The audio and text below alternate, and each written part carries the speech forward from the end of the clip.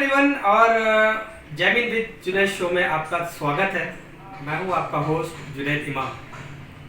सबसे पहले आप सभी लोगों का बहुत बहुत शुक्रिया, धन्यवाद कि टेलीजेनिक चैनल की शुरुआत हुई है, ये कारवां शुरू हुआ है आप लोगों के सहयोग से, आपके प्यार से। मैं इस शो की शुरुआत अल्लामा इकबाल के वो 4 लाइन से करना चाहता हूँ जो उन्होंने देश के बारे में कही है। सारे जहाँ से अच्छा हिंदुस्तान हमारा, हम बुलबुले हैं इसकी, ये गुलसिता हमारा। बेशक उन्होंने सही कहा है कि हमारा जो देश है वो बहुत खूबसूरत है, उसकी हमारी जो सरजमीन है वो बहुत खूबसूरत है, इसका ज़रा खूबसूरत है। यहाँ पे बसने वाली जो कौमें हैं वो बहुत खूबसूरत है, उनसे जुड़े जो कल्चर है, ट्रेडिशन है, वो सारी चीज़ें हमें बहुत पसंद है। हर कम्युनिटी का कुछ ना कुछ इश्यूज होता है जिस पर बात होती है, चर्चा होती है और वो सॉल्व होता है। आज हम जिस कम्युनिटी के बारे में बात करने जा रहे हैं वो है मुस्लिम कम्युनिटी और उससे जुड़े एजुकेशन के मसले, जो सच्चा कम्युनिटी ने बहुत डिटेल में उसको बयान किया है। तो आइए देखते हैं पहले उस मसले को कि मुस्लिम कम्युनिटी का एजुकेशन का क्या मसला है और किस धारा में वो बह रहे हैं। आइए देखते हैं इस सेगमेंट को। कुछ तारीख़ी इतिहास में गहरे निशान छोड़ जाती है। साल 1947 भारत के लिए आज़ादी का पैगाम लाया, मगर बदकिस्मती से उन्हीं दिनों देश का विभाजन भी हो गया। एक पल में बसी बसाई जिंदगियां तबाह और बर्बाद हो गई।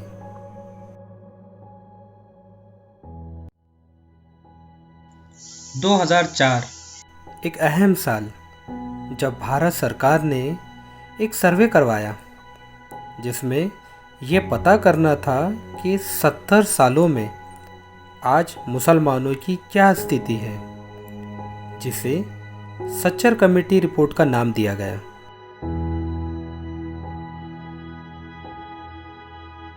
रिजल्ट्स चौंकाने वाले थे। सर्वे के मुताबिक मुसलमान आज इल्म के मामले में सबसे ज़्यादा पिछड़ी हुई कौम है। कुरान शरीफ का पहला लफ्ज़ है इक़रा, मतलब पढ़ो।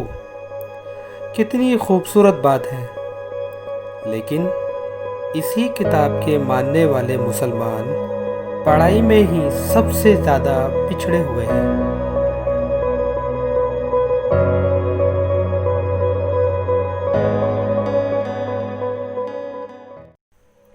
रोड और चौराहों पे जब हमारी नज़र जाती है तो छोटे मोटे रोज़गार के लिए जूझते हुए ज़्यादातर चेहरे मुसलमान के ही होते हैं। 70 सालों से चले आ रही बदहाली, मुफलिसी, गरीबी, मायूसी उनके जीवन शैली से साफ झलकने लगती है। युवा मुसलमान को अब सोचना होगा कि इस बदहाली से और इस भंवर से निकलने के लिए किसी लीडर की नहीं, बल्कि उन्हें खुद ही निकलना होगा, ताकि कम से कम उनकी आने वाली नस्लें उस लफ्ज़ को पूरा करे जो कुरान शरीफ का पहला लफ्ज़ है, पढ़ो। जिस तरह की विजुअल्स अभी देखे हमने कि 70 सालों में कम्युनिटी की क्या हालत हुई है और किस तरह से एजुकेशन से वो दूर हो गए हैं, बड़ा दुख हुआ ये सब देखकर। लेकिन हम थैंक्स कहना चाहते हैं सरकार को, थैंक्स कहना चाहते हैं सर्वे कमेटी को, जिन्होंने बहुत ईमानदारी से और सच्ची लगन के साथ कम्युनिटी की बहुत अच्छी तस्वीर सामने रखी है कि क्या सिचुएशन है और क्या होना चाहिए। तो हम सच में उन्हें थैंक्स कहना चाहते हैं। वहीं दूसरी तरफ अगर हम देखें तो आज भी बाहरी देशों में बहुत सारे ऐसे भारतीय हैं जो बहुत अच्छा काम कर रहे हैं, अच्छी ज़िंदगी जी रहे हैं, वेल सेटल्ड हैं, लेकिन वो दूर होने के बाद भी आज भी वो अपनी सरजमीन को नहीं भूले, अपने लोगों को नहीं भूले। वो दूर रहने के बाद भी उनकी भलाई का काम कर रहे हैं, एजुकेशन को घर घर पहुंचाने का काम कर रहे हैं। जब मैं इन ऐसे इंस्पायरिंग लोगों को देखता हूँ और एक लिस्ट में अगर कभी नाम देखूँ तो सरे फहरिस्त अगर पहले नाम पे मुझे अगर कोई नाम दिखता है तो वो है डॉक्टर अब्दुल रहमान नकेदर साहब। आइए उनके कंट्रीब्यूशन को और उनकी जर्नी को और उनके जज्बे को देखने की कोशिश करते हैं। डॉक्टर अब्दुल रहमान नाकेदार साहब, ग्रेट रिवोल्यूशनरी और एजुकेशनिस्ट। बहुत साल पहले ही उन्होंने इस बात को महसूस किया था कि कौम का वजूद इल्म के बिना अधूरा है। अपने इस जज्बे को उन्होंने अपना मिशन बनाया। 1989 में American federation of Muslim of Indian origin की बुनियाद रखी गई। हौसले की ये परवाज़ यही नहीं रुकी। 2004 में डॉक्टर नाकेदार इंस्टीट्यूट ऑफ नॉलेज की भी बुनियाद रखी गई। फिर क्या था, इल्म का ये दिया रोशन होता गया और कामयाबी का ये कारवां बढ़ता गया।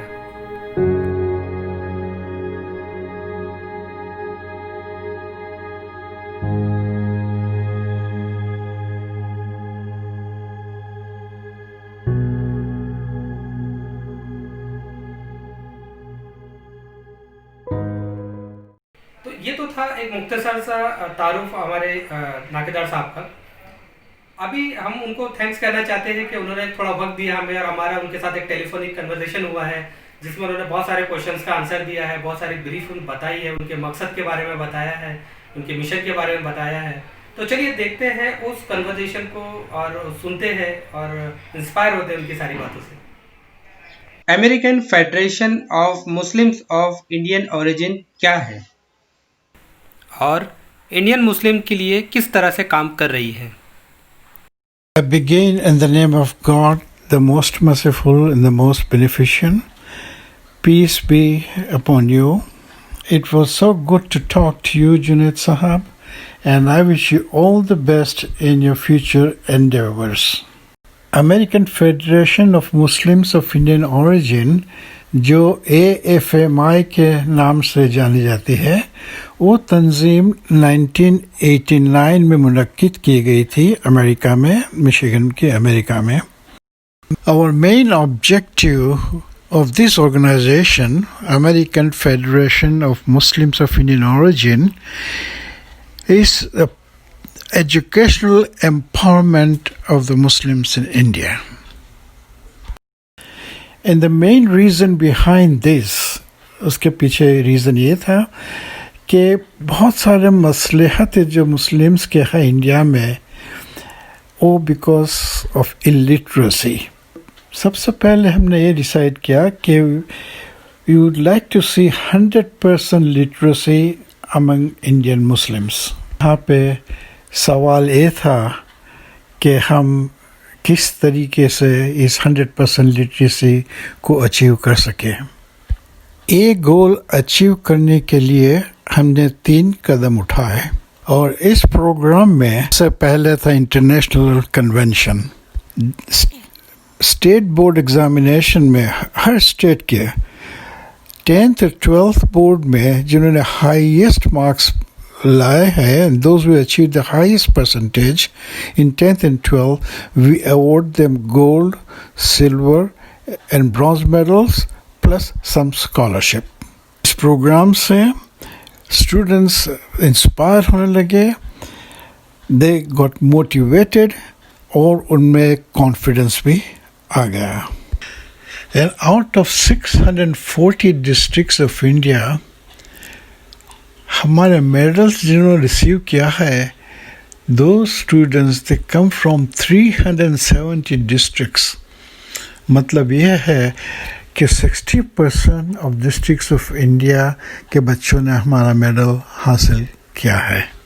ओवरऑल अगर आप रिज़ल्ट देखने जाए तो जब बोर्ड का रिज़ल्ट आए उसके बाद आप कोई भी न्यूज़पेपर उठा के देखेंगे तो हमारे बच्चे जो पहले बहुत कम बोर्ड फर्स्ट 1 से 10 में आते थे, वो आज आप 1 या 2 या तो टॉप पे उनको ज़रूर देखेंगे। कई स्टेट में कॉलेज में एडमिशन्स जो पहले रिजर्वेशंस में या ऐसे सीटों पे लेते थे, वो आज अपने मेरिट पर ले रहे हैं। मेडिकल इंजीनियरिंग कॉलेज वगैरह के मुआयना करेंगे तो पता चलेगा कि आपको कम से कम 8 से 10 मुस्लिम्स मेडिकल में और इंजीनियरिंग वगैरह प्रोफेशनल कॉलेजेस में दाखला लेते हैं। अगर आप यूपीएससी का रिज़ल्ट देखेंगे, जो पहले 1.5 to 2% होता था रिज़ल्ट, वो आज तकरीबन 5% पास हो रहे हैं। इस सिलसिले में हमारा थर्ड स्टेप ये था कि जो लोग वहाँ पे चाहते कि स्कूल कायम की जाए, तो उनको हमने मदद की। बहुत सारे डिस्ट्रिक्ट्स में बहुत सारे जगहों पे नए स्कूल भी बनवाए, और जिस स्कूल को कंप्यूटर की ज़रूरत थी, लाइब्रेरी की ज़रूरत थी या किसी और चीज़ की ज़रूरत थी, वो भी हमने उनको उसमें भी हमने हेल्प की। और आखिर में हमने स्टूडेंट स्कॉलरशिप प्रोग्राम मुनक्किद किया, और वो जो प्रोग्राम है स्टूडेंट्स के लिए कॉलेज जाने के लिए, कॉलेज में स्पेशली प्रोफेशनल में या कहीं पे भी जाते, और उनकी जो बहुत ही वीक इकोनॉमिक स्टेटस है उनके लिए कॉलेज के पहले बहुत कम स्कॉलरशिप देते हैं। इस स्कॉलरशिप के लिए हमारे पास बहुत ही स्ट्रिक्ट क्राइटेरिया है, क्योंकि मोस्ट ऑफ द फंड जो होता है वो ज़कात फंड भी होता है। यह ऑर्गेनाइजेशन मुसलमानों को एजुकेशन के अलावा और किस किस एरिया में एजुकेट करने का काम कर रही है? तो उसका जवाब यह है कि two other important areas that we work are, एक तो है रिलीफ एंड रिहेबिलिटेशन और दूसरा है political education. Let me talk first about the relief and rehabilitation program. We do this relief and rehabilitation due to either man-made, इंसान की बनाई हुई, या नेचुरल कैलामिटीज़, आपत्ति आने के बाद हम ये, मसलन जैसे 1993 में लातूर में अर्थक्वेक हुआ था, तो हमारी टीम वहाँ पहुँच गई थी और काफ़ी मदद की थी। 2001 गुजरात अर्थक्वेक में भी, और 2002 में जो गुजरात का नरसंहार हुआ, और 2004 में सुनामी चेन्नई में हुई, और बिहार 2007-8 फ्लड्स वगैरह वगैरह में हमारी टीम जाती है।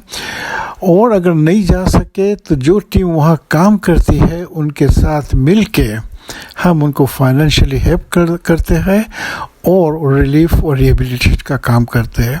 एक बात यहाँ बहुत ज़रूरी है कि रिलीफ का काम हम करते हैं सिर्फ 10 से 15 दिन के लिए, बाकी हमारी तवज्जो ज़्यादा है और रिहेबिलिटेशन पे, क्योंकि अगर बहुत लंबा रिलीफ वर्क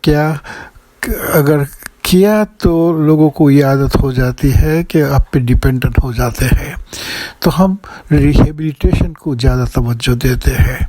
भी लेटेस्ट जो मुसीबतें आई और आपदा आई ड्यू टू कोविड-19 महामारी या तो पेंडेमिक की वजह से, हमारे यहाँ से टीम तो नहीं गई, लेकिन वहाँ जो टीम काम करती थी स्पेशली, वो सब टीम को हमने सपोर्ट किया फाइनेंशियली, जैसे दिल्ली, मुंबई, हैदराबाद, अहमदाबाद, इंदौर, रांची वगैरह वगैरह बहुत सारी जगह पे। रिलीफ एंड रिहेबिलिटेशन के अलावा दूसरा जो काम है हमारा वो पॉलिटिकल एजुकेशन है। हम किसी भी पार्टी से जुड़े हुए नहीं हैं, and we have met every Prime Minister or President of India since the inception of AFME. और हमारा जब कन्वेंशन होता है, जिस स्टेट में भी होता है, वहाँ पे हमारे चीफ गेस्ट जो होते हैं वो यूजुअली वहाँ के गवर्नर होते हैं या चीफ मिनिस्टर होते हैं या तो इंडियन कैबिनेट मिनिस्टर, और दूसरे ऑफ कोर्स वाइस चांसलर वगैरह, एकेडमिशियंस वगैरह होते हैं। और पॉलिटिशियंस को बुलाने का हमारा मकसद एक ही है कि जब वो स्टेज पे होते हैं और हमारे स्टूडेंट्स को गवर्नर के हाथ से, प्राइम मिनिस्टर के हाथ से, गवर्नर या चीफ मिनिस्टर से जब ये मेडल मिलता है तो कितनी उनकी हौसला अफजाई होती है, वो तो डिस्क्राइब करना बहुत मुश्किल है।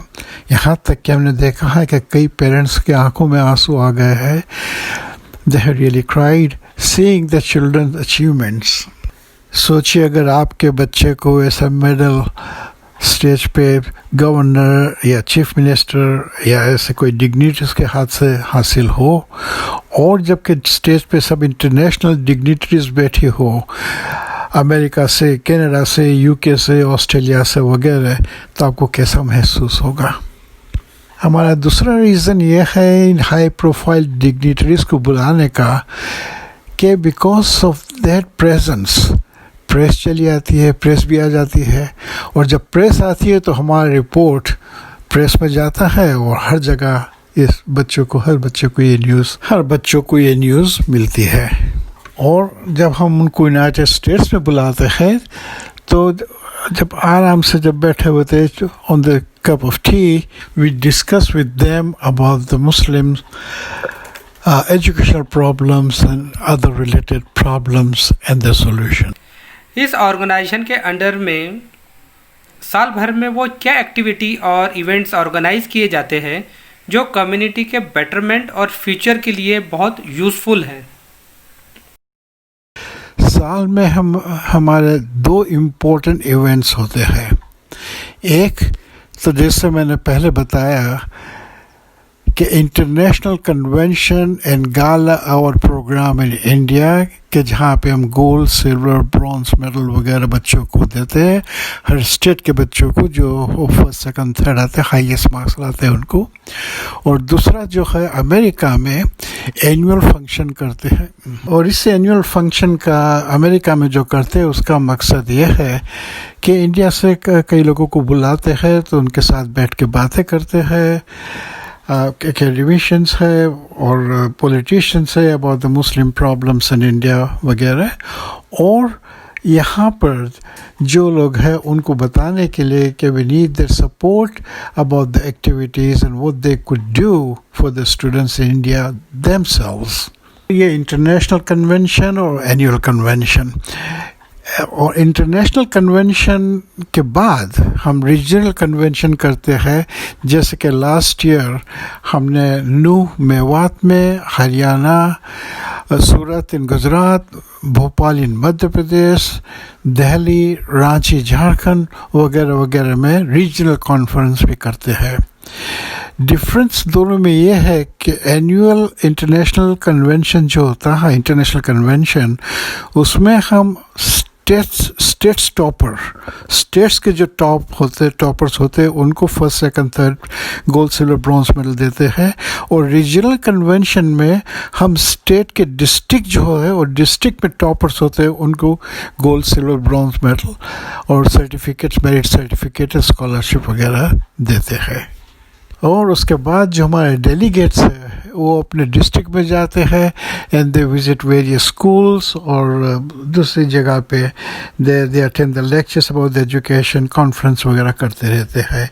ये हमारी और हमारे डेलीगेट्स की एक्टिविटीज़ होती है जब इंडिया में आते हैं। तो डॉक्टर नाकेदार इंस्टीट्यूट ऑफ नॉलेज का यूनिक एजुकेशन फार्मूला क्या है और अब तक कितने सक्सेसफुल स्टूडेंट यहाँ से निकले हैं?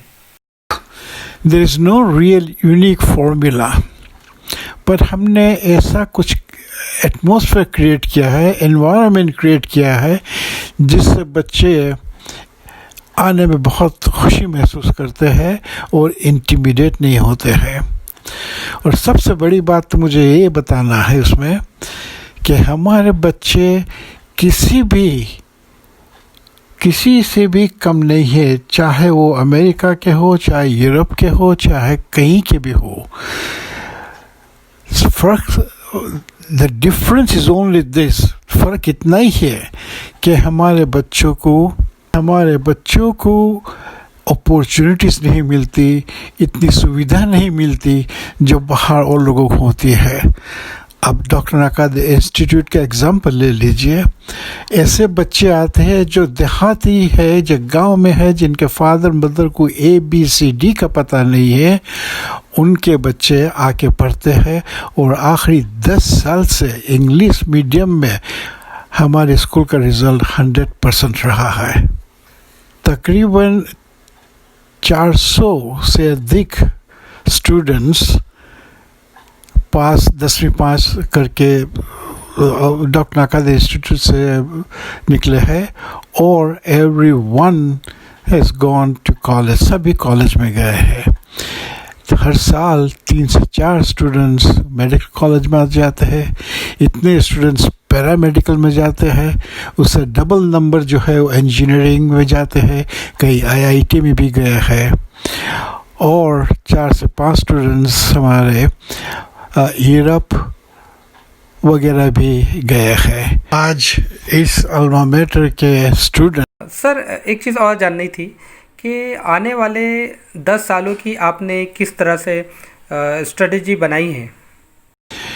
तो ये है कि हम चाहते हैं कि जो स्कूल्स टेक्निकल कोर्सेज करना चाहती है, स्किल्ड कोर्सेज करना चाहती है, उनको कुछ हेल्प किया जाए और उसके अलावा कुछ कॉलेजेस पे भी तवज्जो दी जाए।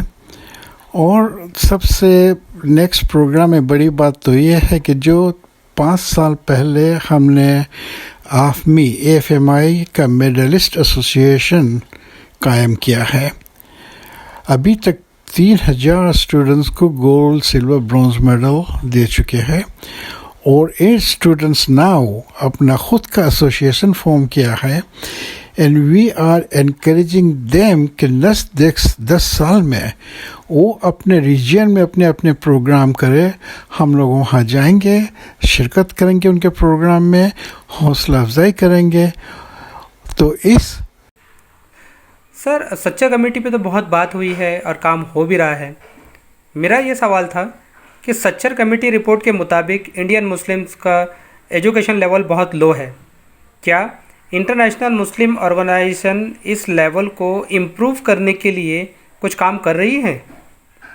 सच्चर कमेटी के बारे में आपने सवाल किया है तो मैं आपको बताना चाहता हूँ, सच्चर साहब में ही सोल रेस्ट इन पीस हमारे बहुत ही क्लोज़ फ्रेंड थे। कई मरतबा अमेरिका भी आ चुके हैं, हमारे यहाँ प्रोग्राम में और इंडिया के प्रोग्राम में शिरकत भी कर चुके हैं और उनको AFMI का प्राइड ऑफ इंडिया अवार्ड भी दिया गया था। उनका रिपोर्ट जो है वो दैट वाज बेस्ड ऑन 2001 से पहले के जो मुस्लिम का एजुकेशनल स्टैंडर्ड था, स्टेटस था, उस पे है और हम कहीं बहस कर चुके उनके साथ ही। सर आपने बहुत सारा वक्त दिया, बहुत सारे मुद्दों पे बात की और हमारा एक आखिरी क्वेश्चन है कि आप कम्युनिटी के लिए कुछ मैसेज दें और उन्हें आपकी राय और एडवाइस दें। क्या एडवाइस आप देना पसंद करेंगे?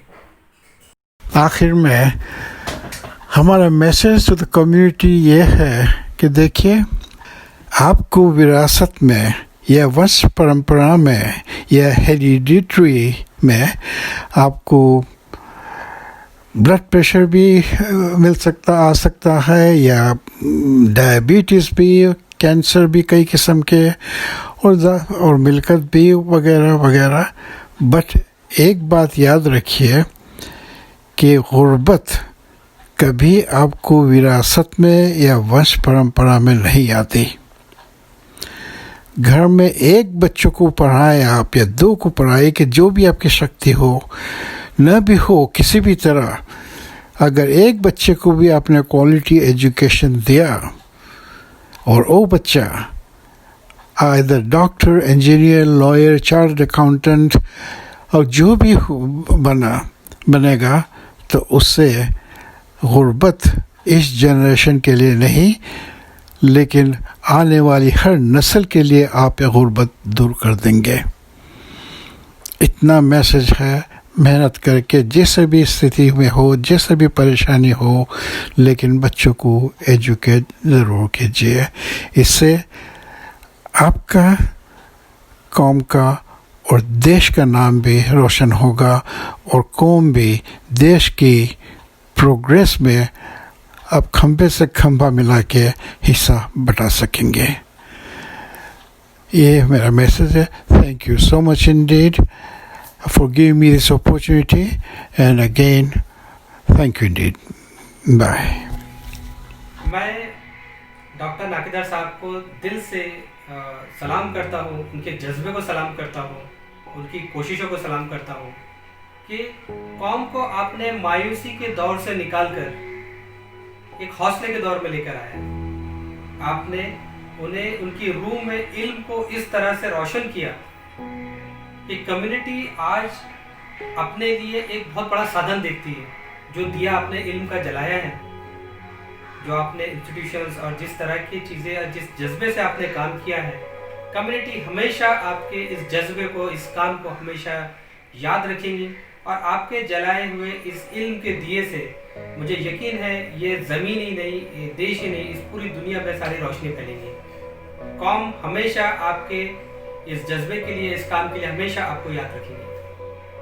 तो दोस्तों, ये था आज हमारा कम्युनिटी पे पहला एपिसोड और हमने कोशिश की है कि किसी तरह से उसको ज़्यादा इन्फॉर्मेटिव, थोड़ा एंटरटेनमेंट, थोड़ा मिक्स एंड मैच करके अच्छे से बनाने की कोशिश कर सकें। फिर भी अगर कुछ कमी खामी अगर रह गई हो तो माफ़ी, और आप हमें सजेस्ट करिए कि और हम उसे किस तरह से ब्यूटीफुल बना सकते हैं, अच्छा बना सकते हैं। आपकी राय, आपकी सजेशन सराखों पर, और हमें आप गाइड करते रहें। नेक्स्ट एपिसोड में हम फिर आएंगे एक नई चीज़ के साथ, एक नए मसले के साथ, एक नई पर्सनैलिटी के साथ, और उनकी ज़िंदगी को जानेंगे, उनके कंट्रीब्यूशन को जानेंगे, और हम खुद भी मोटिवेट होंगे और इंस्पायर करेंगे।